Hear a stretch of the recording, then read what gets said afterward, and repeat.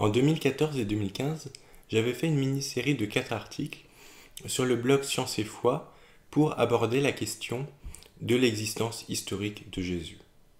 Alors, je dois avouer qu'à l'époque, je n'avais pas vraiment considéré ça comme important, dans le sens où, dans le cadre de mes études d'histoire, on m'avait toujours appris que l'existence de Jésus était une évidence et que plus personne ne la contestait.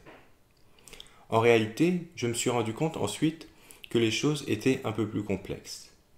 Il est vrai qu'aujourd'hui, dans le monde universitaire, on ne trouve plus aucun historien pour contester l'existence historique de Jésus. J'avais d'ailleurs, plus récemment, posté un article et fait une vidéo pour présenter une citation de Paul Venn, qui était professeur au Collège de France et qui comparait la négation de l'existence de Jésus au négationnisme, c'est-à-dire à la doctrine qui nie l'existence des chambres à gaz. Comparaison assez audacieuse, mais qui reflète bien la pensée des historiens. Mais toujours est-il que le monde ne se limite pas au monde universitaire. Et depuis la publication de ces articles, j'ai découvert qu'en réalité, il y avait encore un certain nombre de personnes qui pouvaient douter de l'existence même de Jésus.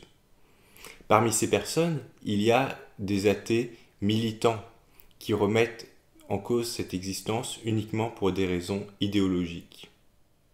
C'est d'ailleurs dans ces milieux-là qu'est vraisemblablement née cette thèse de la non-existence de Jésus.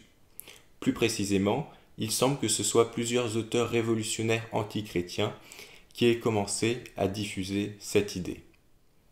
Dans ce cas-là, je ne pense pas d'ailleurs que des arguments historiques ou rationnels puissent les convaincre. Si le problème est idéologique, ce n'est certainement pas avec d'autres types d'arguments qu'on pourra les faire changer d'avis. Néanmoins, je pense qu'aussi il y a peut-être de nombreuses personnes de bonne foi cherchant réellement la vérité et s'interrogeant sur le sujet qui pourraient tenter d'adhérer à leurs arguments ou de croire que Jésus n'a jamais existé.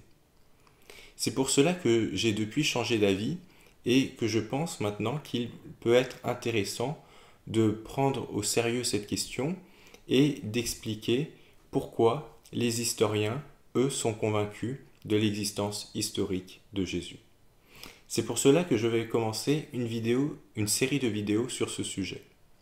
Je commencerai d'abord par présenter les sources qui nous parlent de Jésus, puis les arguments de ceux qui remettent en cause l'existence historique de Jésus, pourquoi ils ne croient pas dans les sources évoquées, puis ensuite j'expliquerai pourquoi les historiens professionnels ne sont pas convaincus par ces arguments et pensent que Jésus a bien existé.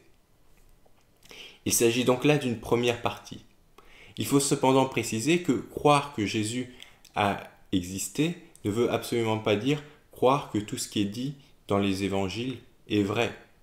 Beaucoup d'historiens croient que Jésus a existé, mais pensent qu'il était peut-être très différent du Jésus des évangiles. C'est pour cela que dans un deuxième temps, j'aborderai la question de la fiabilité historique des évangiles. C'est une question que je me suis posée personnellement. Petit, on m'a toujours appris que les évangiles étaient la parole même de Dieu et que tout ce qui a été écrit est vrai. Par la suite, je me suis ensuite posé beaucoup de questions et j'ai remis en cause tout cela. Aujourd'hui, j'ai une vision un peu plus nuancée. Néanmoins, je pense toujours que les évangiles sont des documents assez fiables sur le plan historique. Et j'aimerais t'expliquer, et je t'expliquerai pourquoi dans plusieurs vidéos.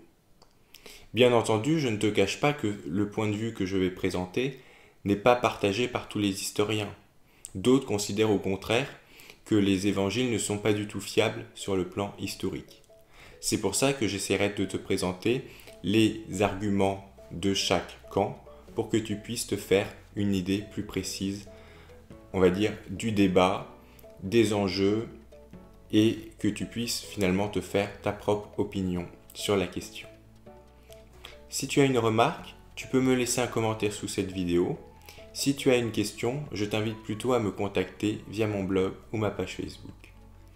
En attendant, je te dis à bientôt pour une prochaine vidéo.